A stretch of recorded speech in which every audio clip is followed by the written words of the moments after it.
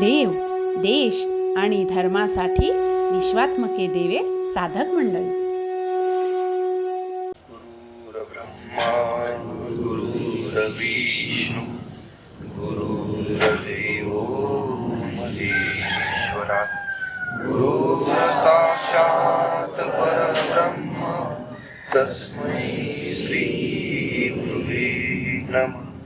तस्मै श्री गुरुवे नमः. जय हरी.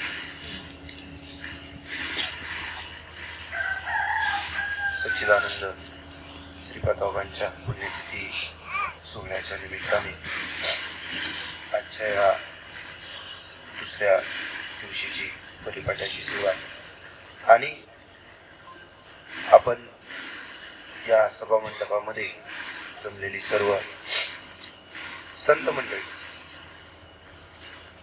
बाबांनी आपल्याला तिथपर्यंत आणलेला आहे.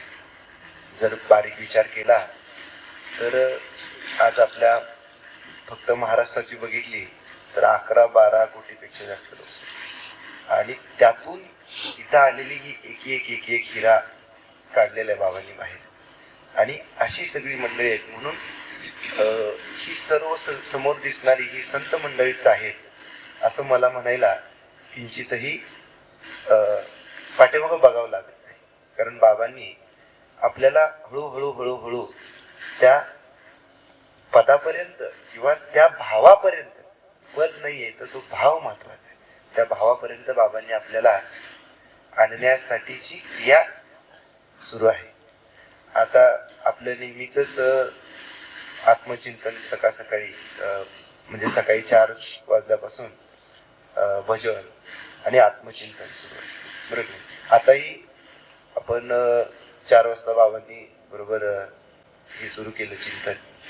आणि हे चिंतन, या चिंतनाने काय होणार आहे, हे चिंतन कशासाठी करायचं आहे याचा बारीक विचार केला तर आपण तो तिथं जायचंय, त्या चिंतनावरती जायचंय. चिंतन कशासाठी करायचंय, साधू संतांनी काय सांगितलंय आणि बाबा आपल्याला ह्या चिंतनातून काय देऊ पाहतायत, त्यांचा त्या मागचा आपल्याकडून ही क्रिया करून घेण्यामागचा भाव काय आहे हे आपल्याला थोडस चिंतन याच्यावरती आपल्याला करायचं. तर बघा, बाबांनी सांगितलं होतं पाठीमागच्या 1-2 सत्संगाच्या वेळेस की कृष्णविवर जे आहे, त्या कृष्णविवर म्हणजे काय आहे.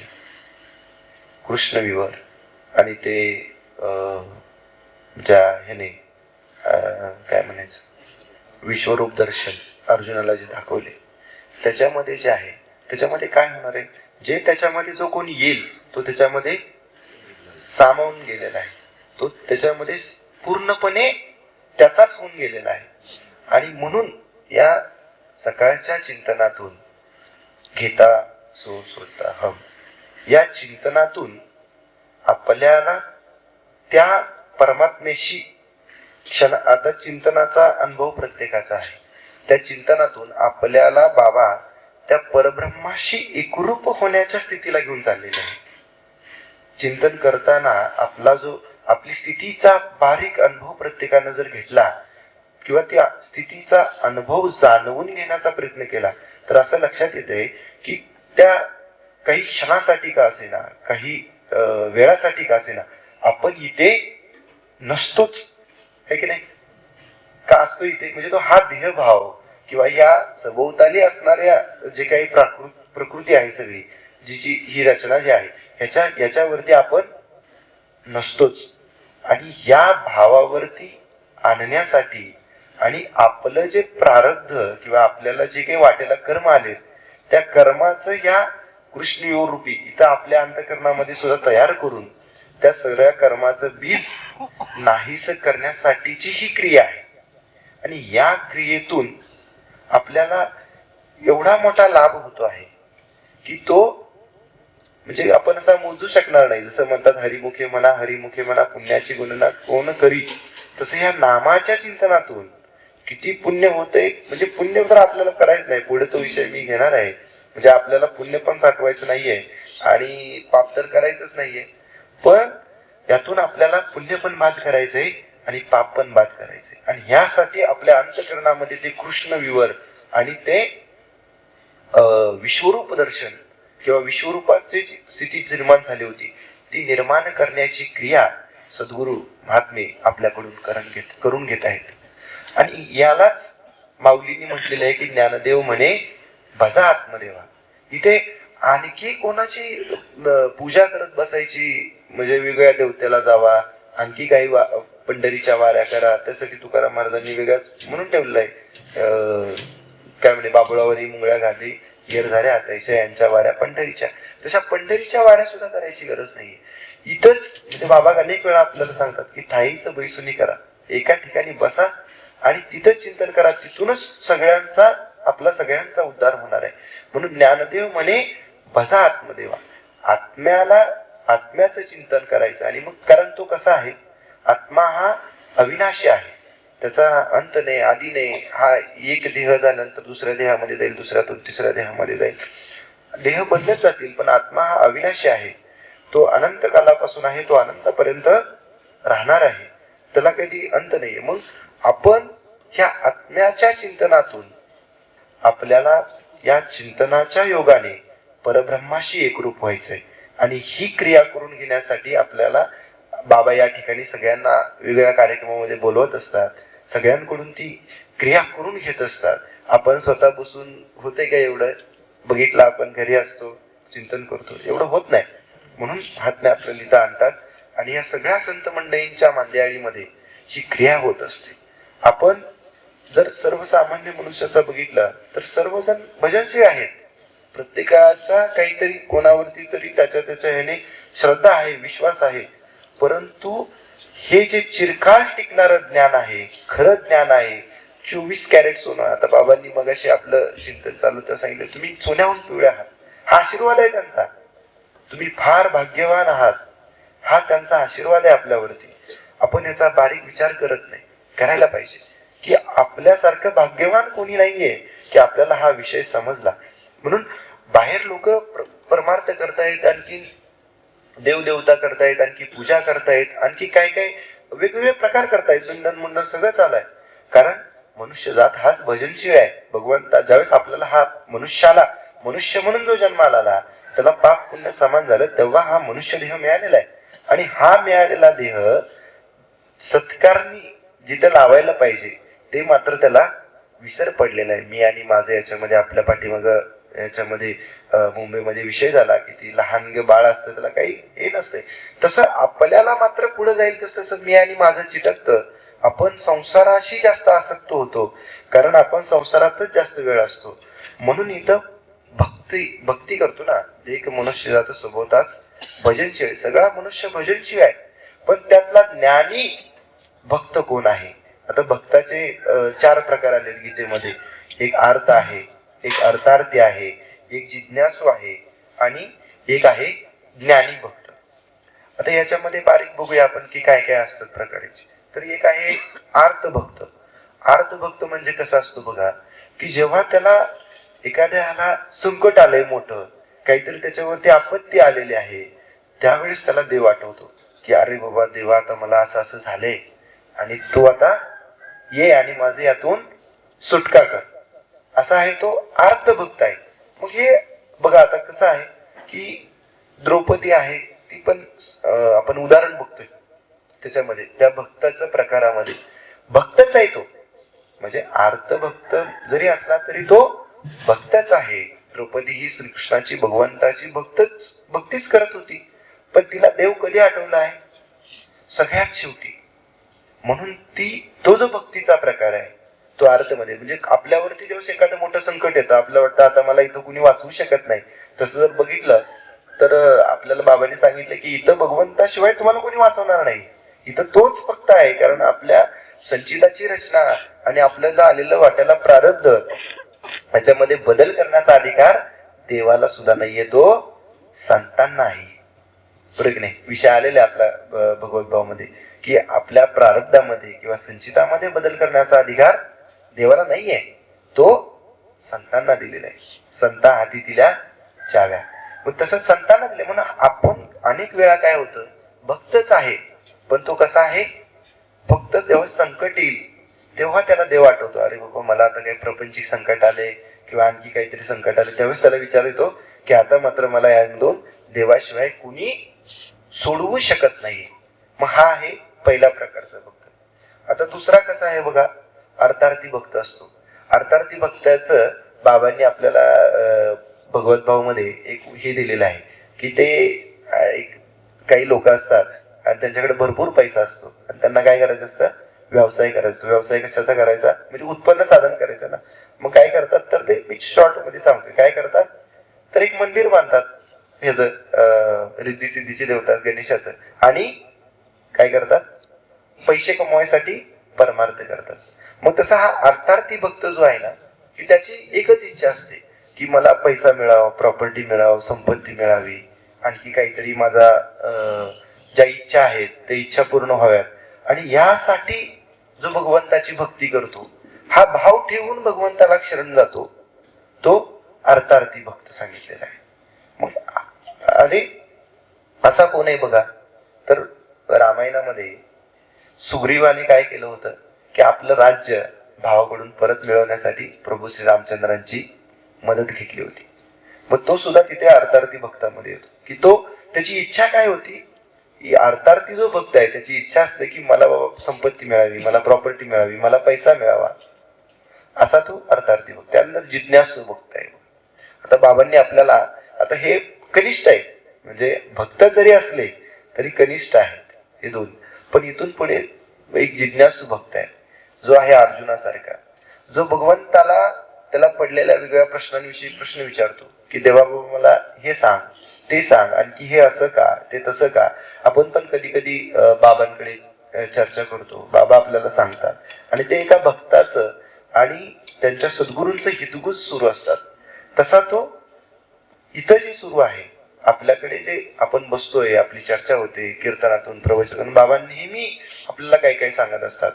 आणि आपले त्यातून कधी कधी, म्हणजे सगळेच प्रश्न अर्जुनाला पडले होते असं नाही, पण सद्गुरूंनी किंवा भगवान श्रीकृष्णाने त्याला सांगितलेला, कारण त्याच्या अंतरीचा भाव सुद्धा त्यांनी जाणलेला. तसं आपल्याला अनेक प्रश्न असतात आणि त्या प्रश्नांची उत्तरं बाबा कधी देऊन जातात हे आपल्याला समजत सुद्धा नाही. म्हणून हे इथून हा जो भक्ताचा आणि त्या सद्गुरूंचा जो हितगुजाचा विषय आहे तो इथं जिज्ञासू भक्तामध्ये येतो. आणि त्याचं उदाहरण म्हणजे अर्जुन आणि भगवान श्रीकृष्णामध्ये झालेला जो संवाद आहे तो आहे. आणि त्यानंतरचा जो भक्ताचा प्रकार आहे तो आहे ज्ञानी भक्त. तर ज्ञानी भक्त कसा असतो, त्याचं एकच आहे की त्याला त्याची एकच इच्छा असते की मला फक्त माझ्या सद्गुरूला, माझ्या भगवंताला, माझ्या परमपरमेश्वराला फक्त अनन्य भावाने शरण जायचे, त्याची मला फक्त भक्ती करायची, त्याची मला फक्त सेवा करायची. त्यांनी जो मार्ग दाखवलाय, जो पंथ दिलेला आहे, त्या पंथाने फक्त मला चालायचे. मला बाकी ते काही प्रश्न नाहीत, मला ना कशाची अपेक्षा आहे, ना मला कशाचे संकट आलं म्हणूनच मला देवाने किंवा भगवंताने माझ्यावरती कृपा करावी अशी त्याची कोणतीही अपेक्षा नसते. असा जो भक्त आहे त्याला म्हटलेला आहे ज्ञानी भक्त. आणि बाबांची जी आपल्या सर्वांसोबत जी काही ही चालू आहे, हितगुज चालू आहे, बाबा जे आपल्याला या मार्गावरती घेऊन चाललेले आहेत, यातून त्यांना आपल्याला ह्या ज्ञानी, बाबा म्हणतात तुम्ही सगळ्यांनी या प्रकारामध्ये मोडलं पाहिजे, ही बाबांची अपेक्षा आहे. पाठीमागे विषय आला होता की दास, आपण म्हणतो दास्यत्व स्वीकारलं भगवंताचं, सद्गुरूंचं, तर त्या दासाचं काम असतंय सद्गुरू महात्म्यांना काय अपेक्षित आहे, काय त्यांना आपल्याकडून. तसा हा ज्ञानी भक्त तसा आहे. ज्ञानी भक्त म्हणजे उदाहरण सांग, हनुमंत आहे बघा, भक्त हनुमंत, आपण रामभक्त हनुमंत म्हणतो किंवा मारुतीराया म्हणतो. त्याचं काय आहे का, स्वतःसाठीचं आयुष्यच नाहीये त्याचं काही, तो फक्त भगवंताच्या सेवेसाठी आहे. म्हणजे भगवंताला ते एक उदाहरण आहे की समजा मालिकेतलं जरी असलं तरी, की समजा सीता माता सिंदूर लावतायत, का लावते माता तुम्ही, तर देवाला आवडते म्हणून, तर तो सगळ्या शरीराला तो सिंदूर लावून आलाय. म्हणजे पण भाव काय त्याचा की बाबा मी आवडलं पाहिजे, मी फक्त माझ्या प्रभू श्रीरामचंद्रांना, माझ्या भगवंताला, माझ्या सद्गुरूंना मी आवडलो पाहिजे आणि त्यांनी मला मला मला त्यांच्या अंतःकरणामध्ये राहता आलं पाहिजे. मग याला काय म्हटलेलं आहे? ज्ञानी भक्त म्हटलेला आहे. आणि आपल्याला सुद्धा बाबांचा उद्देश हाच आहे की आपण पण कशा प्रकारे या ज्ञानी भक्तामध्ये किंवा जिज्ञासूपणाने आपण कसा हा विषय समजून घेऊ, ही बाबांची तळमळ आहे. आणि ही तळमळ ज्याला समजलेली आहे तो मग तर इतर मग प्रपंचिक आसक्तीमध्ये अडकत नाही. तो परमार्थाला, वैष्णव मेळाव्याला प्राधान्य देतो. या ठिकाणी बाबा जिथे जिथे जातील, जिथे जिथे बाबा असतील त्या त्या ठिकाणी येण्याचा प्रयत्न करतो. आणि त्या योगाने फक्त इथं उपस्थित जरी असलो आपण तरी सुद्धा आपला योगक्षेम ते चालवणार आहे. आपलं जे कार्य व्हायला पाहिजे, या जन्माचं जे सार्थक करण्याच्या उद्देशाने आपल्याला जो मनुष्य देह मिळालेला आहे तो उद्देश 100% सार्थकी लागणार आहे. म्हणून आपल्याला संतांच्या, सद्गुरूंच्या चरणी लीन राहून त्यांचा अनन्य दास होऊन ज्ञानी भक्त असल्यासारखं आपल्याला आचरण करता आलं पाहिजे. नाहीतर मग बाहेर आहेच ना, सगळेच आधीच विषय घेतला, सगळे भजनची आहेत, सगळ्यांना भक्ती करायची, सगळ्यांना परम करायचंय, वाऱ्या करायच्या, दिंड्या काढायच्या, आणखी अनेक प्रयत्न चालू आहेत. पण हा विषय जो अनादी कालापासून आलेला आहे, जो सत्य आहे, शाश्वत आहे, त्याचा कधीही अंत नाहीये, असा जो विषय आहे तो विषय या ठिकाणी मिळालेला आहे. म्हणून आपल्याला मिळालेलं जे आहे याची गणनाच करता येणार नाही कशामध्ये. बाबांनी विषय किंवा सांगितला की तुम्हाला जे नाम मिळेल, नाम कसं आहे, गगनाहून वाढ आहे, ते तुमच्या अंतःकरणामध्ये. मग तुम्ही किती मोठे आहात, आपण किती याचा बारीक विचार केला पाहिजे. म्हणून हे जे 4 प्रकारचे जे भक्त आहेत, तर हे भक्तीचे प्रकार आपण समजून घेतलं पाहिजे. आणि आपण कशा प्रकारे जिज्ञासू भक्त किंवा ज्ञानी भक्त या प्रकारामध्ये मोडू, आपण भगवंताच्या बाबांनी जे आपल्याला कार्य दिलेले आहेत, गोसंवर्धन आहे, वृक्ष संवर्धन आहे, वैष्णव मेळाव्यांचं वेगळ्या ठिकाणी नियोजन आहे, आणि इतर आपल्या धर्माचा, देशाचा आपला प्रचार आणि प्रसिद्धी आहे, याच्यामध्ये आपण कसं युक्त होऊ, या कार्यामध्ये आपण कसं संलग्न होऊ. प्रपंच हा करावा लागत नाही, पण परमार्थ हा वेळ देऊन करावा लागतो. तर आपल्याला इकडे वेळ दिला तर मग खऱ्या अर्थानं आपल्याला त्या मारुतीरायासारखं, त्या हनुमंतासारखं भगवंताच्या हृदयामध्ये जसा तो राहत होता तसा आपण सुद्धा सद्गुरूंच्या हृदयामध्ये नक्कीच राहणार आहोत. आणि खरंच बाबांनी आपल्याला आपल्या लेकरासारखं, म्हणजे जशी माऊली आपल्या लेकरावरती अनन्य प्रेम करते, मुलाला काटा मोडला तरी तिकडे आईच्या डोळ्यात येतं, तसं बाबा आपल्याला त्या माऊलीपण आणि ती माया आपल्यावरती करतायत. म्हणून आपलं हे कर्तव्य आहे, आपली जबाबदारी आहे की आपण सुद्धा त्यांना जे अपेक्षित आहे त्या कार्यामध्ये रत झालं पाहिजे. आपलं 100% तिथं त्या ठिकाणी दिलं पाहिजे. आणि तेव्हा खऱ्या अर्थाने आपण भगवंताचे अनन्य दास होऊ आणि ज्ञानी भक्त म्हणलं जाऊ. नाहीतर मग नुसते भक्त असून उपयोग नाही, तर तो ज्ञानी भक्त आपल्याला होता आलं पाहिजे.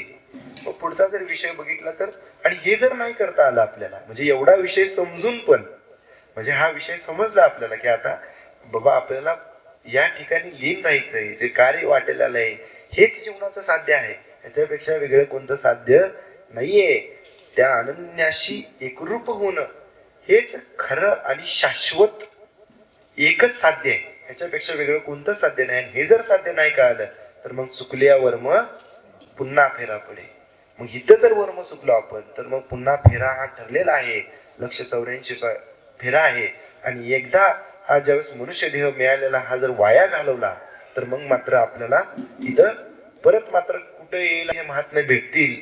कधी श्रीपाद बाबांसारखे महात्मे भेटतील, कधी रायजादूबाबांसारखे महात्मे भेटतील, याची काय माहिती. म्हणजे आपण म्हणतो ना, काय पूर्वीचं काहीतरी पुण्य असावं. आहे विषय की नामदेव महाराज म्हणतात, जन्मोजन्मी आम्ही बहु पुण्य केले, तेव्हा या विठ्ठले कृपा केली. म्हणजे काहीतरी जन्मोजन्मीचं खरंच पुण्य असणार आहे आपलं, की त्यामुळे आपल्याला श्रीपाद बाबांसारखे, रायजादूबाबांसारखे महात्मे भेटले. नाहीतर हा कुणालाही भेटणारा विषय नाहीये. हा विषय चिंतनाचा आहे. हळूहळू जर आपण याच्यामध्ये आणखीन आतमध्ये गेलो आणि समजायला लागलं तर लक्षात येतं की हा विषय खरंच आपलं खूप मोठं काहीतरी पुण्य होतं. बाबा म्हणतात तुम्ही खूप पुण्यवंत आहात, आपण असंच घेतो. पण त्यांच्या म्हणण्यामागचा भाव जर समजून घेतला तर हा विषय कुणालाही समजत नाहीये. मगाशी म्हटलं तुम्हाला आपल्या महाराष्ट्राचीच साधारणपणे 12-13 कोटी लोकसंख्या आहे. भारत वेगळा आहे, देश वेगळा आहे आणि मग जग वेगळं आहे. आणि तरी हा विषय इथं समजतोय आणि इथले प्रत्येक जणाच्या अंतःकरणामध्ये तो भाव निर्माण होतोय आणि तो भावाची नोंद तिकडे होत असते. त्या भावाच्या नोंदीला मत आहे. म्हणजे जे आपली कर्म निर्माण होतात, कर्म कशाच्या आधारे निर्माण होत आहेत, तर एखाद्या कार्याच्या पाठीमागे आपला भाव काय आहे त्या भाव म्हणा इथं प्रत्येकाच्या अंतःकरणामध्ये बाबा जो भाव निर्माण करत आहेत तो भाव त्या परब्रह्माशी एकरूप होण्याचा भाव आहे. आणि या भावाने आपण तरुण जाणार आहोत आणि ह्या भाव तरुण करणारे महात्म्य आपल्याला भेटले.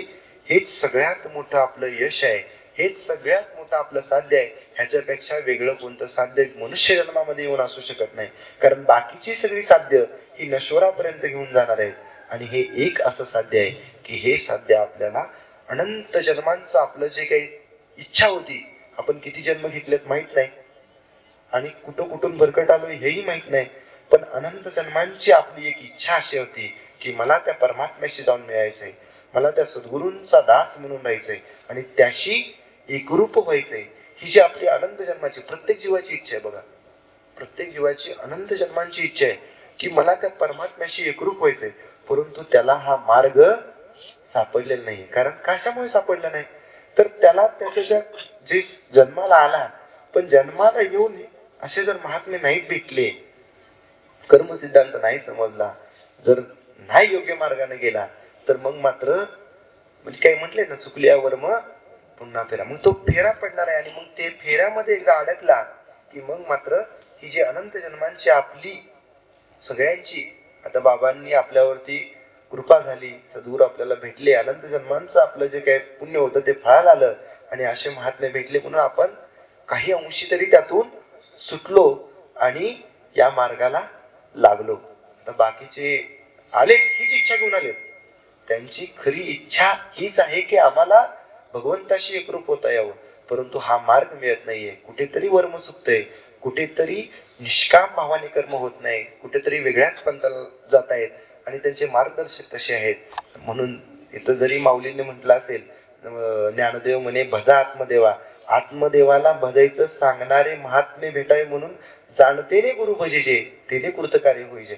जर असा महात्माच असे सद्गुरूच नाही भेटले, असा योगच नाही जुळून आला, विश्वात्मके देव मंडळी सारखीची जर संगती नाही भेटली तर मग मात्र जरी इच्छा असेल जन्माला येण्या अगोदरची किंवा अनंत जन्मांची इच्छा असेल की आम्हाला त्या परब्रह्माशी एकरूप होता यावं, पण हा मार्ग जर नाही भेटला तर कसं एकरूप होता येईल, कसं जीवनाचं साध्य होईल. मग माणसाला ते बाबा म्हणतात की अनेकांनी या म्हणजे या चिंतनामध्ये आणखी पुढे रिद्धी सिद्धी वगैरे प्राप्त होतात, तिथंच अडकतात, काही तिथपर्यंत जातात, काही प्रपंचातच अडकतात, तिथून पुढेच येत नाही.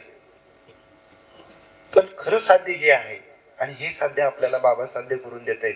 मग हे मिळालेलं जे साथ आहे आपल्याला हे 24 कॅरेट सोनं आहे आणि हे आपल्याला समजून घ्यायला पाहिजे आणि इथून परत 1% ही आपली घसरण नाही झाली पाहिजे. आपल्या अंतःकरणामध्ये एकच भाव पाहिजे की कसा मी बाबांशी, सद्गुरूंशी आणि या सर्व मंडळींशी एकरूपतेने यांच्या संगतीमध्ये राहता येईल, कसं मला या विश्वात्मके देव मंडळींशी जोडता येईल, कसं मला गुरुसेवेच्या ह्याच्यामध्ये सहभागी होता येईल, कसं मला वृक्ष संवर्धनामध्ये सहभागी होता येईल आणि कशा पद्धतीनं मी या महात्म्यांनी सुरू केलेला हा जो दिव्य यज्ञ आहे ह्या यज्ञाचा काहीच तरी वाटा उचलू शकेल. हा भाव आपल्या अंतःकरणामध्ये सतत सतत पाहिजे आणि मग तेव्हा त्या सततच्या भावातून मग बाबा आपल्या अंतःकरणामध्ये जो भाव निर्माण करतात त्या भावाने आपण त्या परब्रह्माशी कधी एकरूप होतो कळत सुद्धा नाही. आता बघा, मी मागच्या माझा स्वतःचा अनुभव मला इथं मांडायचा आहे की मागच्या सत्संगाला मी ज्यावेळेस आलो होतो मुंबईमध्ये राहुल डॉक्टरांच्या तिकडे, तर बाबा तिथे मी एवढी म्हणजे मी बोललो, पण तो मी काय बोललो हे मला माहित नाही, कळलंच नाही, कारण मी एवढी जास्त तयारी पण केली नव्हती, वेळ पण जास्त केला. पण जेव्हा मी तुम्हा सगळ्यांना का सांगायचंय हे मला याच्या मागचा उद्देश असा आहे की जेव्हा मी तिथून व्यासपीठावरून उठलो आणि जाऊन तिथं बाबांच्या शेजारी बसलो तर इथपर्यंत सगळा घाम सुटला होता, कळलंच नाही कशामुळे झालं. एसी त्यांच्या रूम मध्ये तसं काही उकडायची परिस्थिती नव्हती, मग यातून मला असं सांगायचं, नंतर माझ्या चिंतनातून असं लक्षात आलं की ज्यावेळेस आपण सद्गुरूंच्या कार्याशी अनन्यतेने आपण जोडले गेलो असतो, त्या परब्रह्माशी एकरूप होऊन ते आपल्याकडून कार्य करून घेत असतात, तेव्हा आपली ती स्थिती कशा प्रकारे होते हे आपल्यालाही कळत नाही. म्हणून ती एकरूपता महत्वाची आहे. म्हणजे इथून सांगण्याचा उद्देश एवढा आहे की आपण त्या कार्यामध्ये रत असताना जेव्हा त्यांच्याशी एकरूपतेनं कार्य करतो, तेव्हा कोणती स्थिती होते आपल्याला कळत सुद्धा नाही, ते आपल्याला आपोआप अनुभवायला येते.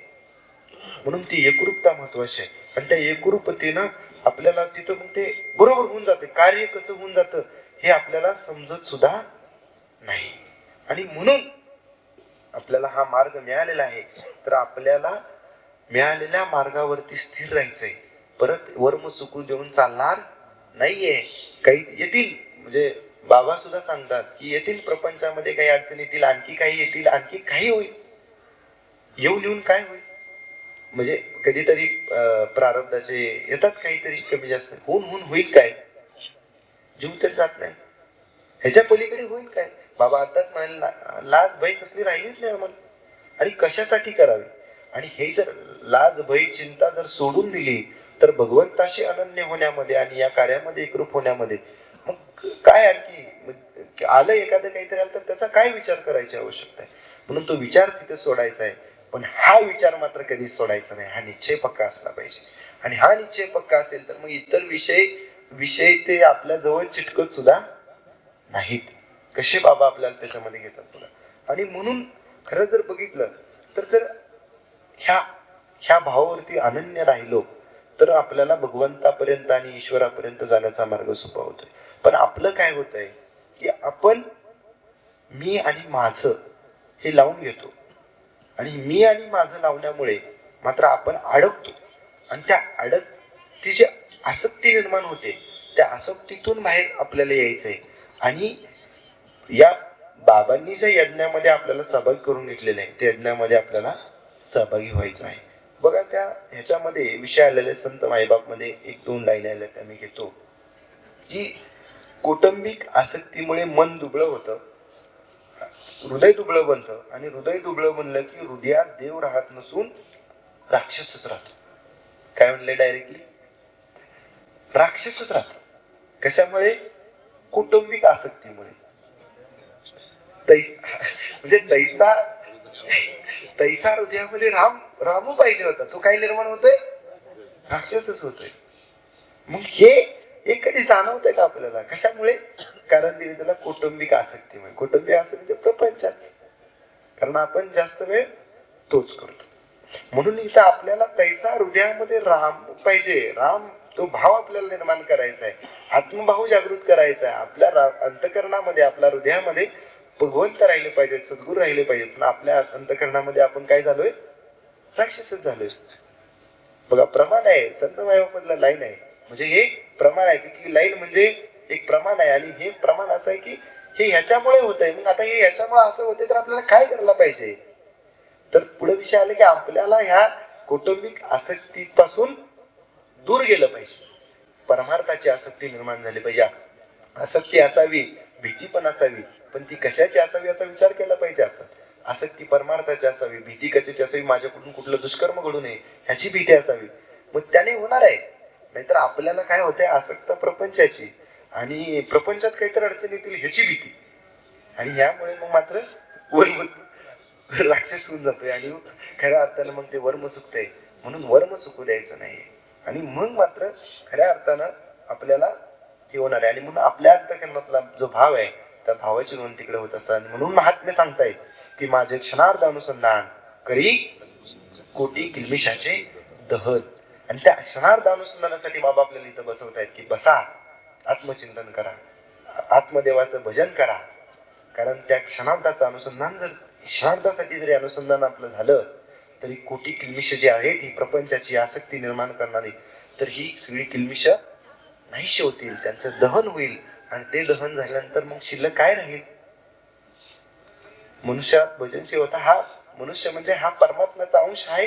हा काय होईल, काय निर्माण हो आपल्याकडे काही मंडळी आता त्या लेवल पर्यंत गेलेली आहे. ती काय आपण बघतो त्यांच्याकडे, बाबांनी एकेकाला तिथपर्यंत आणलेलं आहे जर या कोटी किलमिशाचं जर दहन झालं क्षणार्ध अनुसंधानाने, तर बाबा असे रोज आपल्याला सांगतात की तुम्ही बाबांचा मागच्या 2-4 दिवसापूर्वीचा किंवा 8 दिवसापूर्वीचा संदेश होता की नित्यनेमाने तुम्ही आत्मचिंतन करा, नित्यनेमाने भजन करा, त्याने तुमच्या सर्व क्रिया होऊन जाणार आहेत, बाकी इतर काही करायची गरज नाहीये. बाबा सतत सांगतात. पण 4-5 दिवसापूर्वीच्या मेसेज मध्ये सुद्धा तो विषय परत बाबांनी घेतला होता. मग हे क्षणार्धाचं अनुसंधान आपल्या कोटी किलमिशाचं दहन होणार आहे, आणि या दहनातून जर झाल्यानंतर शिल्लक राहणारा तो काय असेल, तो महात्म्याच असेल ना, ते संत महात्म्याच असतील. काय असेल तो भाव अंतकरणामध्ये. जर प्रापंचिक आसक्तीची कोणती किलमिशेच नसतील, कोणाचा द्वेष नसेल, लोभ नसेल, अहंकार नसेल, मत्सर नसेल, हे जर जे षड्रूप आहे त्यांचा जर हे जर निघून गेले, ही सगळी किलमिशे बाद झाली, तर शिल्लक राहिलेला कोण असेल, तो महात्म्य स्वरूपच असेल ना. बाबांनी सांगितलं तुम्ही देवच आहात. बाबा म्हणतात किंवा आपला महात्म्यांचा बोध असेल की तुम्ही परब्रह्मच आहात. पण कधी परब्रह्म आहात, त्या ब्रह्मभावावरती आपल्याला त्यासाठी राहिला पाहिजे. त्या याच्या उपनिषदामध्ये ह्याच्यामध्ये विषय आला की ब्राह्मण कोण आहे, ज्याने ब्रह्मभाव धारण केलेला आहे तो ब्राह्मण आहे.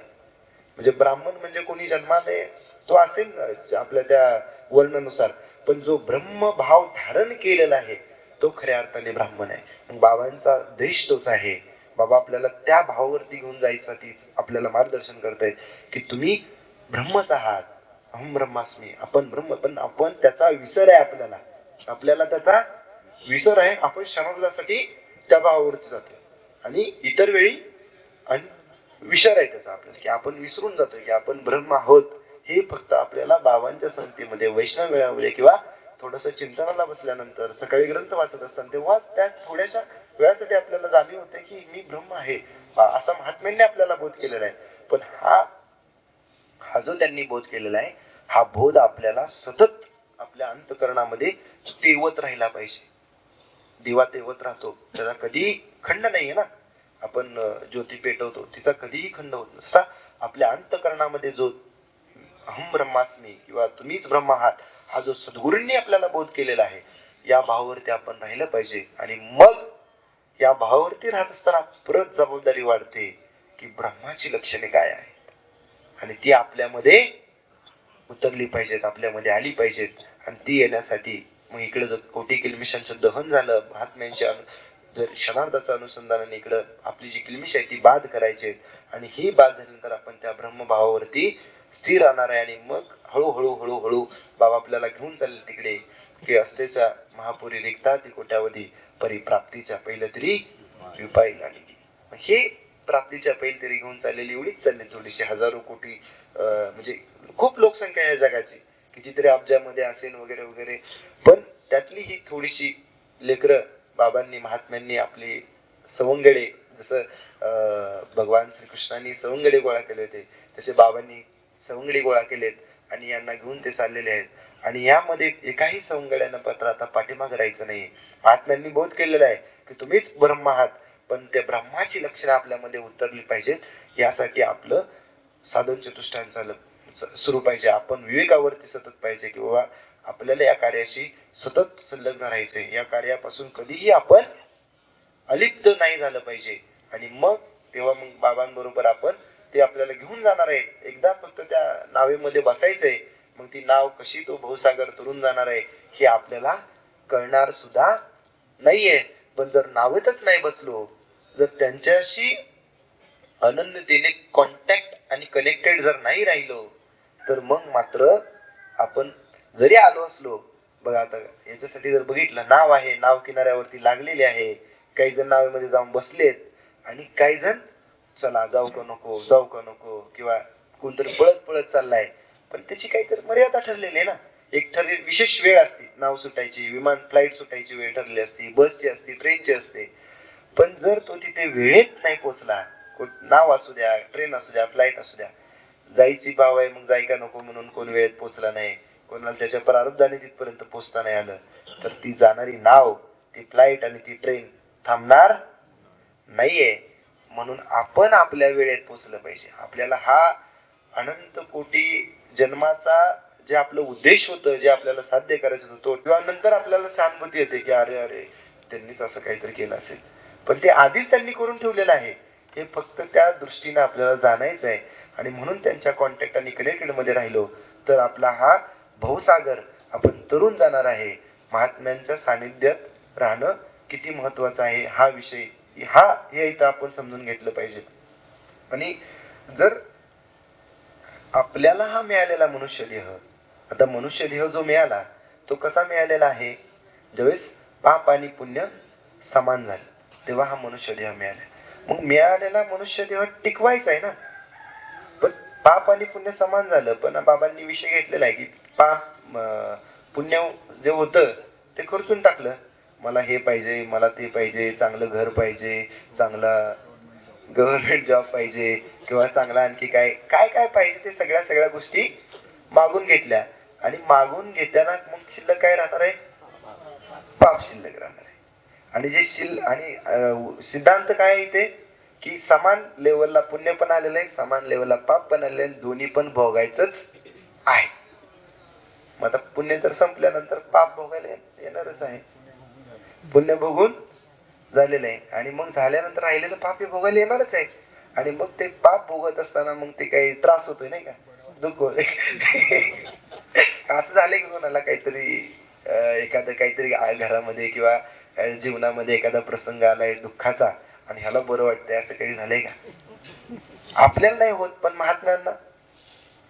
तुकाराम महाराजांनी कधी म्हटलं का ते म्हणतात बरे झाले देवा दिवाळ निघाले किंवा बैल कर्कश निघाले. म्हणजे त्यांचा तो भाव आहे की बरं झालं बाबा देवा, ही माझे किंवा देवा तुकाराम महाराजांचं आपल्या पांडुरंगाला म्हणतात देवा की तुला माहिती आहे का ही सगळी लोक काय म्हणतात की तू जणू काही माझ्या डोक्यामध्ये भरवलंस आणि ही सगळी माझी जी काही प्रॉपर्टी वगैरे काय होती ती इंद्रायणीमध्ये बुडवून टाकलीस. आणि हे लोक म्हणतात ह्याला काहीतरी त्या काळ्या विठ्ठलाचं येड केलं याला. पण नाही देवा, त्यांचा पुढचा भाव काय बघा की नाही देवा, तू जणू की मला या रुक्या टुक्याच्या धनामध्ये न अडकता तुझ्या परी येता यावं, तुझ्या शाश्वत चिंतनामध्ये मला रत होता यावं, म्हणूनच जणू तू माझ्याकडून हे करून घेतलं. काय भाव असेल तो. आणि आपलं काय जाऊन काय जाते 10-5 हजारात सुद्धा नुकसान होत नाही तरी इथं अरे बाबा होते का नाही. आणि ते म्हणतात की बरं झालं देवा माझं दिवाळ निघालं आणि त्याने मी तुझ्या जवळ येऊ शकतो. मला ह्या रुक्या टुक्याच्या धनाची काही अभिलाषा नाहीये, मला तुझ्या चिरकाल टिकणाऱ्या शाश्वत भक्ती सुखाची अभिलाषा आहे.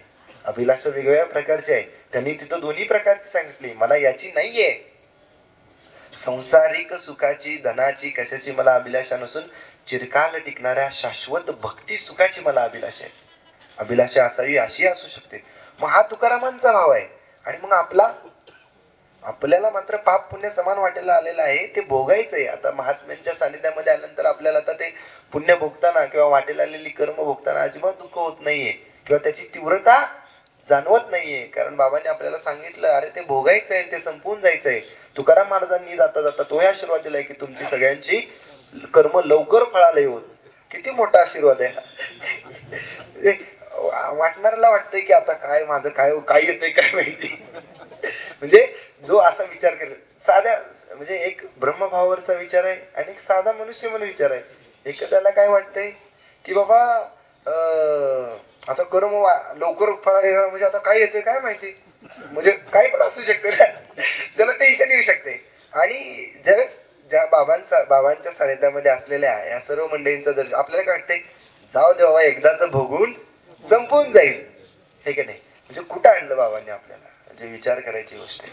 म्हणून ह्या भावावरती आणणारे महात्मे आहेत. आणि ह्या म्हणून इथं ही मंडळी ही म्हणजे काय म्हटलंय मगाशी, ही खरंच मला असं म्हणत ही संत मंडळी असल्यासारखे, संत मंडळींपेक्षा कमी नाहीत. कारण बाबांनी त्या पदाला त्या सगळ्यांना आणलेलं आहे, त्या भावावरती त्यांना आणलेलं आहे. आणि म्हणून आपला विषय होता की आपल्याला वाट्याला येताना दोन्ही आले, पाप पण आलेला आहे आणि पुण्य पण आलेलं आहे. आणि महात्मे बाबांनी आपल्याला बोध केला आहे की तुम्हीच ब्रह्म आहात, अहम ब्रह्मास्मी म्हणून बोध केला ब्रह्म आहात. मग ब्रह्माची लक्षण की त्याला काही सुखाची जाणीव नाही, दुःखाचं काही नाही. सुख आलं तरी तो हर्षित होत नाही, दुःख आलं तरी काही खचून जात नाही. मग हे भाव आपल्यामध्ये पाहिजे, हे आपल्याला या भावावरती राहता आलं पाहिजे. सुख येईल दुःख येईल आणखी काही वाटायला येईल, जे येईल ते माझं आहे आणि जे नाही येणार ते माझं नव्हतं. या भावावरती राहिलो. या भावावरती राहून आपल्याला काय करायचंय की निष्काम कर्मयोगी होऊन कर्म करायचे. कारण नुसतं आपण असं म्हटलो की वाटेल आलेलं पुण्य पण भोगून संपवतो आणि पाप पण भोगून संपवतो म्हणून ते संपणार नाहीये. कारण ते भोगत असताना दुसरं कर्म तयार होणार आहे. म्हणून बाबांनी आपल्याला त्या भगवद्भावामध्ये तो विषय दिलेला आहे की आपल्याला निष्काम कर्मयोगी व्हायचं आहे. की कर्म करत असताना फळाची कोणतीही अपेक्षा किंवा अभिलाषा न ठेवता कर्म केलं पाहिजे किंवा केलेलं कर्म भगवंताला अर्पण करायचंय. आणि त्या योगाने म्हणजे आता मगाचा जो विषय झाला की आपल्या अंतकरणामध्ये बाबा जे कार्य करून घेत आहेत, जे श्वासाची जी क्रिया चालू आहे त्यातून आपल्या कर्माचं बीज नाहीसं करायचं चालू आहे. आणि हे बीज नाहीसं करत असताना आपण तरी इथं चालूच आहे क्रिया, पण आपण प्रपंचामध्ये असताना किंवा प्रकृती आपण जीवन जगत असताना आपल्याकडून वेगळी कर्म होत असतात. दररोज म्हणजे श्वास घेताना काहीतरी होतंय किंवा आणखी काय आपण जीवन जगताना दररोज काही ना काहीतरी चांगली म्हणजे काही पापात्मक कर्म होत असेल, काही पुण्यात्मक कर्म होत असतात. पण दोन्हीही कर्म बाधक आहेत. बरोबर की नाही? मग झालं पुण्य मग काय करायचं? पुण्य झालं तर परत यावं लागेल इकडं आणखी. मग काय कुठला तरी कुळात यावं लागेल, पण यावं लागेल. पुण्य झालं म्हणून यावं लागेल का नाही? मग बरं आलो आणि जरी परत मनुष्य जन्म मिळाला, मग समजा पुण्य होतं म्हणून आणि मिळाला तरी मग असे महात्मे नाहीत भेटले तर मग वाया जाणार ना. परत कुणाची संगत भेटेल काय माहिती. चांगली संगत नाही मिळाली, सद्गुरूंची सान्निध्य नाही मिळालं तर मग जीवनाचा या जन्मात मिळालेलं पुण्य तर काय करायचं, काय काम येणार आहे. बरोबर आहे की नाही? मग म्हणून हे आपल्याला पुण्य जरी झालं तर ती सोन्याची बेडी आहे आणि पाप जर झालं तर ती लोखंडाची बेडी आहे. म्हणजे दोन्ही बेड्याच आहेत. म्हणून पाप पण नाही झालं पाहिजे आणि पुण्य पण नाही झालं पाहिजे. यासाठीच ही श्वासाची क्रिया आहे. इथं ते कृष्णविवर निर्माण होते आणि त्या कृष्णविवरातून सगळे जे आपले कर्माचे जे बीज आहेत ते बीज त्यासाठी एकदम असं भावंतात ते पीठ होऊन जाते, काहीच राहत नाही त्याच्यामध्ये. आणि तेव्हा परत काही जर बियाणं म्हणजे बीज भाजून केलेलं आहे आम्हा जन्म मरण नाही, तसं जेव्हा बीज भाजलं जातंय तेव्हा तुका म्हणे आम्ही झालो अग्निरूप लागून येदी पाप पुण्य अंग. मग तसं ज्यावेळेस ते बीज भाजलं जाईल किंवा त्याचं ते धान्य आहे ते त्या जात्यामध्ये फिरवलं जाईल, त्यातून पीठ तयार होईल, त्यावेळेस कुठलं बियाणं निर्माण होणार आहे आणि त्यातून कुठे त्याला फळं येणार आहेत आणि कुठं ते एकाचं 10, 20, 50, 100 होणार आहेत. पण जर हे क्रिया नाही झाली तर मग एका बियाचं हजारो बिकणीस तयार होणार आहेत, त्यातून अनेक बिया निर्माण होणार आहेत. मग ते कर्म आपल्याला भोगावं लागणार आहे. म्हणून यातून महात्म्य आपल्याला अशी सोडवणूक आहेत किंवा तुम्ही ही सकाळचं आत्मचिंतन करा, ही क्रिया करा, श्वासाची क्रिया. श्वासाच्या क्रियेतून आपल्या जे काही कर्म आहेत त्याची बाद होणार आहेत आणि तेच मग भगवान श्रीकृष्ण माझे शनाद अनुसंधान करी कोटी कल्मिषाचे दहन, तो विषय तिथं सांगितलेला आहे. आणि म्हणून आपल्याला या ठिकाणी कोणत्याही फळाची अपेक्षा न करता किंवा मी करता आहे हा भाव सोडून देऊन निष्काम कर्म करत राहायचंय. आपल्याला आपण करत असलेली क्रिया ही भगवंताला अर्पण करण्यासाठी करतोय किंवा भगवंताने मला ही काहीतरी इथं काहीतरी क्रिया करण्यासाठी, इथं काहीतरी कर्म म्हणजे माझ्या वाट्याला जे काय आलेलं आहे ते कार्य करण्यासाठी भगवंताने मला पाठवलेलं आहे. हा भाव आपण अंतकरणामध्ये ठेवून आपण आपल्या विवेक भावाने हे जाणलं पाहिजे की भगवंताने आपल्याला पाठवलंय काहीतरी विशेष कार्य करण्यासाठी. पण ते विशेष कार्य म्हणजे कोणतं आहे तर हे ईश्वरी कार्य करणे, या दिव्य यज्ञामध्ये सहभागी होणं, हे कार्य करण्यासाठी पाठवले. प्रपंच हा होतच असतो. म्हणजे आपण सहज गावात मध्ये बसताना किंवा घरी असताना सुद्धा म्हणतो की कोण गेला कोण आला म्हणून कोणाचं काही राहिलेलं नाही किंवा कोण कोणाला आई वडील नाहीत म्हणून बी कोणाचं काही राहत नाही किंवा बाबा ते सकाळी बाबांनी जो लावला होता तो पिंगळा माधर तोच सांगतोय किंवा कुणी नाहीये या जगामध्ये, कुणी कोणाचं नाहीये. ना आई वडील भाऊ बहीण बायको मुलं कोणी नाहीये. किंवा त्या याचं जर त्या याच्यामधला सकाळच बघितलं तो हा जो होता जग जिंकायला चाललेला सिकंदर, तो सुद्धा म्हणतोय की मी एवढं जग जिंकायला गेलो किंवा मी काही प्रमाणात जग त्यानं संपत चालतं, थोडंच राहिलं होतं तरी सुद्धा तो खाली आता मी खाली हात जाऊंगा. काय म्हणजे असं चालू होतं असंच जाणार आहे. मग हे मात्र आपण विसरतो.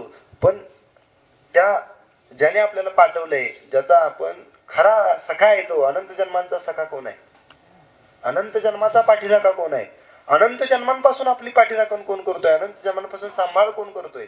या जन्मात करत असेल कोण आई वडील करत असतील, कोण भाऊ असेल, कोण आणखी कोण कुणाला सांभाळत असेल, कोणी कुणाचं पाल्यत्व घेतलं असेल या जन्मामध्ये. पण अनंत जन्मांपासून कोण आहे. आपले तर जन्म एक नाहीये. आपण अनंत जन्मांपासून जन्म घेतोय, मरतोय, परत जन्माला येतोय. काय ते आहे पुनरुपी जन्मन पुनरुपी मरणम, त्या ह्याच्यामध्ये श्लोक आलेले आहे. ते आपण चालू आहे ते. पण मग अनंत जन्मांपासून आहेत का? आता जे प्रकृतीनं आता जे आहेत हे अनंत जन्मांपासून आपले सखे नाही आहेत. अनंत जन्मांचा सखा तो आहे, अनंत जन्मांचा पाठीराखा तो आहे, अनंत जन्मापासून आपलं पालन पोषण करणारा तो परब्रह्म आहे, ते सद्गुरू आहेत. मग त्याचंच दासत्व आणि त्याचीच साठी सेवा करायला पाहिजे किंवा त्याचाच अनन्य शरण गेलं पाहिजे, नाही का? नाहीतर आपण जर बघा, लक्ष द्या इकडे, जर आपण जर याच ह्याच्यामध्ये आपण अडकून राहिलो तर मग नाही होणार आहे. तर हा बाबांना जो आपल्याला सांगायचा उद्देश आहे, बाबांना आपल्याला ज्या भावावरती आणायचं आहे त्या भावावरती आपण येणार नाहीये. बाबांना जो अपेक्षित आपल्या सर्वांकडून जे कार्य आहे ते हे आहे की तो अनंत जन्मांपासून तो तुमचा सांभाळ करतोय आणि या जन्म मिळाला, या जन्मामध्ये तरी तुम्ही त्याला जाणा की त्याने तुमच्यावरती काय काय कृपा केलेली आहे, तो कसा तुमचा सांभाळ करत आलेला आहे हे तुम्ही जाणून घ्यायला हा जन्म आहे. आणि या जन्मात जर नाही जाणून घेतलं की त्यातनं आपल्यावरती कशी कृपा केलेली आहे, तो आपला कसा सांभाळ करत आलेला आहे, तर मग मात्र इतर जर जन्मामध्ये गेलो आपण, इतर पशुच्या याच्यामध्ये गेलो तर मग मात्र हे भाग्य आपल्याला परत तिथं मिळणार नाहीये. म्हणून हा जन्म मिळालाय. बाबांनी सगळा आशीर्वाद दिलाय की तुम्ही फार भाग्याचे आहात. तर खरंच आपण भाग्यवंतासारखं वागलं पाहिजे. महात्म्यांनी तो आशीर्वाद आहे त्यांचा, तुम्ही फार भाग्याचे आहात. पण आपल्याला ते त्यांचं भाग्यवंत होता आलं पाहिजे. कारण ते भाग्यवंत होण्यासाठी या कार्यामध्ये या कार्यामध्ये कनेक्टेड राहिला पाहिजे, रत राहता आलं पाहिजे. आणि त्यांचा उद्देश एवढाच आहे.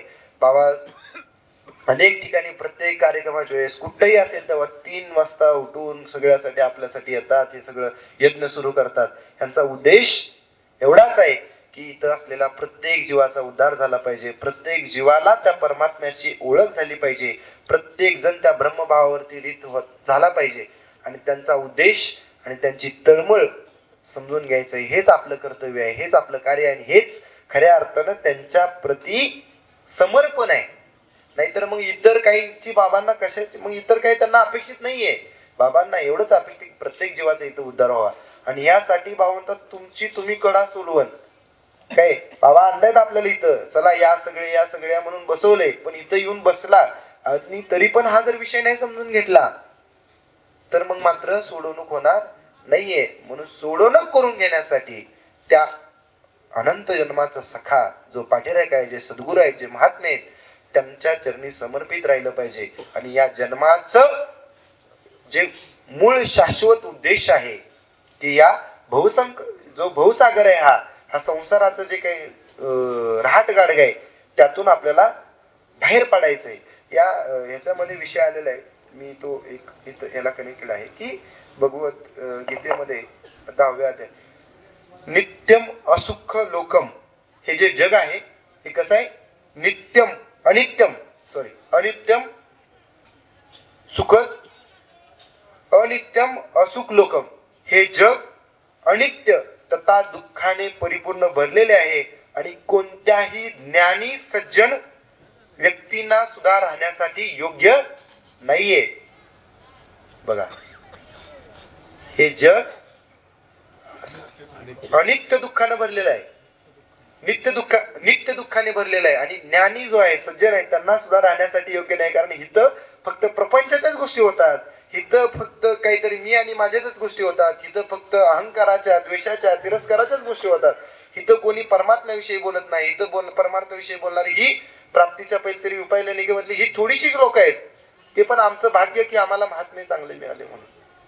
नाहीतर हे दुःख, हे संपूर्ण जे जग आहे हे फक्त दुःखामध्येच ग्रासलेलं आहे, दुःखानं ग्रासलेलं आहे. मग यातून बाहेर निघा. बाबा म्हणतात चला वेगळे निघा. यासाठी आहे तो उपदेश की यातून वेगळे निघायचंय. की ह्या दुःखाने जे दुःखाचं जे संपूर्ण जग आहे, त्या दुःखातून भरलेल्या या जगातून आपल्याला बाहेर निघायचं आहे आणि त्या परमात्म्याशी किंवा त्या सद्गुरूंशी आपल्याला एकरूप व्हायचं आहे. आता बाबांचा परवाचा जो एक मेसेज होता की यालाच कनेक्टेड आहे की हे आपण कोण आहोत आणि आपण कशाच्या शोधात आहोत याची आपल्याला ओळख करून देणारा मेसेज होता. की आणि त्यामध्ये बाबा काय म्हणतात की बाबा हेच की बाबा आत्मा अमर आहे. मग मृत्यूची भीती कशासाठी का वाटावी? आपल्याला आपण अनंत जन्मापासूनचा आत्मा हा एक तसाच आहे, शाश्वत आहे. तो त्याचा ना कधी मृत्यू, आत्म्याचा कधी मृत्यूही नाही आणि त्याचा काही जन्मही नाहीये. तो फक्त या देहातून दुसऱ्या देहामध्ये, दुसऱ्यातून तिसऱ्या देहामध्ये, आपण आज कपडे घातले उद्या घालतो, उद्याची परवा घालतो तसा. मग आत्मा हा अमर आहे हे आता हे अनेकांना सांगितलं जातं, बरोबर की नाही? की आत्मा अमर आहे, हे अनेक ठिकाणी कुठेतरी श्लोक असतो, काहीतरी असतं. आत्मा हा अमर आहे, मग मृत्यूची भीती वाटावी कशाला? मग हे आता आपल्यामध्ये बसलेल्या लोकांना बाबांनी त्या भावावरती आणले म्हणून आपल्याला वाटत नाही काही मृत्यूची भीती एवढी वाटत नाही. आला मृत्यू तर आला, तो कधीतरी येणारच आहे. बाबांनी सांगितलं किंवा तो येणार आहे, तो ठरलेला आहे, ठरलेल्या वेळी तो येणार आहे. पण मग त्याची भीती कशाला बाळगायची आणि भीती बाळगायची कशासाठी? तर कारण तो हा देह ते सोडून जाणार आहे. आत्मा तर तो तसाच आहे ना, त्याला कोणता देह मिळेल किंवा परमात्म्याशी विलीन होईल आपल्या प्रारब्धानुसार. अंती जे आठवी तया ते गती पावे. मग अंती ते आठवण्यासाठी हा योग आहे. खरं जर बघितला आता तो विषय तिथं मी आता ह्यात कनेक्ट करतो. जर अंती जे आठवे तया ते गती पावे, अंती आठवायसाठी जन्मभर जर प्रपंच केला असेल, जन्मभर जर हेच नाही ते सगळ्या करत बसला असेल संसार, तर अंती भगवंत आठवेल का? आयुष्यभर जर मुलगा आणि मुलावरतीच प्रेम, माझा बाबा असं असतं आईचं किंवा ह्याचं, किंवा आणखी काय प्रत्येकाचं काही काहीची आसक्ती असते तशी, त्याच्याशी ती जर आयुष्यभर राहिली तर शेवटी कोण आठवेल? तोच आठवेल, बरोबर आहे की नाही? नंतर मग ते आहेच ना, मग नंतर ते परत येणारच आहे. पण आयुष्यभर बघा, आपण आयुष्यभर जर भगवंताचं नामस्मरण केलं, नामसंकीर्तनामध्ये जर आपण रममान राहिलो आयुष्यभर, तर शेवटी दुसरा विचार येणार नाही. ज्याच्यामध्ये आपण सतत दिवसभर ज्याच्यामध्ये आपण कनेक्टेड असतो तेच आपल्याला कधीतरी झोपताना स्वप्न पडतं का, तर दिवसभर तेच चालू असतं. मग तसाच हा विषय आहे की आपण जर आयुष्यभर या भगवंताच्या नामसंकीर्तनामध्ये रत राहिलो तर शेवटी मात्र तोच आठवणार आहे आणि मग मात्र त्याच्यातच विलीन आपण होणार आहे. आणि म्हणून मग इथं म्हटलं की आत्मा जर अमर आहे तर आपल्याला त्याची मरणाची भीती वाटायची काही गरज नाहीये. आणि आत्मभावावरती राहायचं आपण की जीवभावावरती राहायचं हे आपलं आपण ठरवायचं. कारण आपण जर आत्मभावावरती राहिलो तर आपल्याला मृत्यूची भीती वाटायची गरज नाही. आणि जर मृत्यूची भीती वाटत असेल तर मग आपण आत्मभावावरती नाही, हे सिद्ध होतं इथं. बघा, मग इथं काय आणखी कुठं काय सांगायची किंवा कुठं सिद्ध करायला जायची गरज नाहीये. म्हणजे इथं आपलं सिद्ध होते. मग पुढे म्हणतात देव जर सर्वत्र आहे मग देवाचा शोध करावा का लागतो? देव सर्वत्र आहे म्हणजे तैसा हृदयामध्ये रामू, म्हणजे तसा प्रत्येकाच्या हृदयामध्ये देव आहे. मग शोध का करावा लागतो? तर पुढे बाबांनी सांगितले आत्मभाव नसल्यामुळे, आत्मभावावरती आपण नसल्यामुळे मृत्यूची भीती वाटते. आणि आत्मा हाच देव किंवा ब्रह्म आहे याचा विसर पडल्यामुळे आपल्याला याची भीती वाटते ना, आपण आत्मावरती राहत नाही, देवाचा शोध घ्यावा लागतो. पण बाबांनी हे सांगितलंय की आत्मा हाच देव आहे आणि हाच ब्रह्म आहे. मग तुम्हीच, बाबा पुढे म्हणतात तुम्हीच ब्रह्म आहात, कारण आपल्या अंतःकरणामध्ये तो आत्मा आहे. तुम्हीच अनंताहुनी मोठ्या आहात, कारण आपल्या अंतःकरणामध्ये बाबांनी सांगितले की नाम आहे तुमच्यामध्ये, पण नाम गगनाहुनी वाढ आहे. किती मोठा उपदेश आहे हा बघा. आणि मग पुढे बाबा म्हणतात की तोच तो एक सर्वांच्या हृदयात नांदत आहे, पण या अज्ञानामुळे देवाचा शोध घेत बसतो. पण माणूस काय करतो? माणसाला हे समजत नाही, त्याचा अज्ञान आहे ना, की आपल्याच अंतःकरणामध्ये आपल्याला आत्मा हाच ब्रह्म, तोच आपल्या अंतःकरणामध्ये आहे आणि तोच ब्रह्म आहे आणि तोच देव आहे. पण हे अज्ञान ज्याला आहे तो देवाचा शोध घेत बसतोय. बघा, देवाचा शोध घ्यायची कुठं गरज आहे का? तरी जागा बरोबर आहे की नाही? आहे इथंच आणि बाहेर शोधतो. मग अशी परिस्थिती. म्हणून आतमध्ये माऊलींनी पण कोणाला दुसऱ्या कोणाची भजन करायला नाही सांगितलेलं, आत्मदेवाचंच भजन करा म्हणतात माऊली. किंवा हे जे विषय चालाय तो तिथं चालाय. आणि म्हणून ही सकाळची आपली जी क्रिया आहे या क्रियेने आपण तिथं कनेक्टेड होतोय. म्हणून बाबांनी आपल्याला सांगितले आत्मा हाच देव आणि ब्रह्म आहे आणि तोच तो एक सर्वांच्या हृदयामध्ये नांदत आहे. मग तो हृदयामध्ये असलेला राम फक्त आपल्याला त्याला जागृत करायचं आहे. कसं होणार? तर त्या भावाने तो जागृत होणार आहे. मग अज्ञान जातं, जेव्हा अज्ञान जातं तेव्हा देवाचा शोध लागतो. अज्ञान जेव्हा गळून पडतं, मग अज्ञान गळून पडण्यासाठी अज्ञान कुठेही जाऊन कुठेही गळून पडणार नाहीये. अज्ञान गळून पडण्यासाठी जाणत्याला बजावं लागेल, जाणत्याच्या संगतीमध्ये राहावं लागेल, तेव्हा हे अज्ञान गळून पडणार. नाही तर आणखीही आपल्या ठिकाणी अनेक अज्ञान आहेत आणखी आपली सगळी अज्ञानं गेलेली नाहीयेत. आणखीन पण आपल्याला वेगळे प्रश्न असतात. आपण अनेक चिकित्सक विचार करतो की हे असं का, ते तसं का, तर्क लावतो वेगवेगळे, नाही का. पण म्हणजे ते अज्ञान आहे. तर्क आपले जे वेगळे तर्क आहेत हेच अज्ञानाचं लक्षण आहे. ज्यावेळेस बाबांनी सांगितलेलं आहे की आत्मा हाच देव आहे, तो सर्वांच्या हृदयामध्ये नांदतोय आणि तोच तो तुम्ही आहात, आणि इथं सर्व काही करणारा तोच आहे. सर्व कारणांचे आदी कारण परब्रह्म एकले. मग तोच सर्व कारणांचे कारण आदी कारण असेल तर मग कशाचे तर्क आलेत. आणि आपला प्रारब्ध, आपल्या सगळ्यांच्या प्रारब्धाची रचना करून योगक्षेम चालवणारे सद्गुरू महात्मे असताना मग आपण कशाचे आणखी तर्क लावणार आहोत. आणि हे तर्क म्हणजे अज्ञानाचं लक्षण आहे. आपण जे वेगळे तर्क लावतो हे आपल्या अज्ञानामुळे आपण तर्क लावत बसतो. किंवा आपल्याला आतापर्यंत जे संस्कार झालेत, आतापर्यंत आपण अनेक किती जन्म घेतलेत माहित नाही, त्या जन्मामध्ये किती संस्कार झाले, किंवा लहानपणापासून आपल्याला कळायला येईपर्यंतची स्टेज आपल्याला कधी कळायला लागले, जेव्हा इथं आलो तेव्हा थोडं कळायला लागले, नाहीतर कधी कळत आपल्याला कळतच नव्हतं आपल्याला. म्हणजे ते लहानपणापासून म्हणत असतील ते किंवा आता त्याला लहानाचं थोडं मोठं झालं आता त्याला कळायला लागले, ते ती कळायला लागलेली स्टेज नाहीये. इथं बाबांच्या संगतीमध्ये आलो, हा विषय जेव्हा समजला तेव्हा कुठं आपल्याला आता कुठं थोडं थोडं आपलं, नाही तर आपले अज्ञान आणखी गेलेले नाहीत, आपले आणखी तर्क गेलेले नाहीयेत. आणि म्हणून सद्गुरूंच्या कृपेने अज्ञान जाणार आहे. म्हणून सद्गुरूंची कृपा धारण करण्यासाठी त्यांचा दास व्हायला पाहिजे, त्यांचा दास व्हायला पाहिजे, त्यांच्या संगतीमध्ये सहवासामध्ये राहायला पाहिजे. आणि हे अज्ञान जातं तेव्हा मृत्यूचा भय वाटत नाही. हे जेव्हा अज्ञान जातं ना, आता जो आपण विषय घेतला, हे अज्ञान जेव्हा जातं, जेव्हा आपल्याला कळतं की आपण भगवंताचे सनातन सेवक आहोत, आपण सद्गुरूंचे सनातन सेवक. सनातन सेवक म्हणजे कसे, अनंत जन्मांपासूनचे त्याचे सेवक आहोत. हेच आपलं काही रोल एकच आहे. आपला इथं एकच रोल आहे.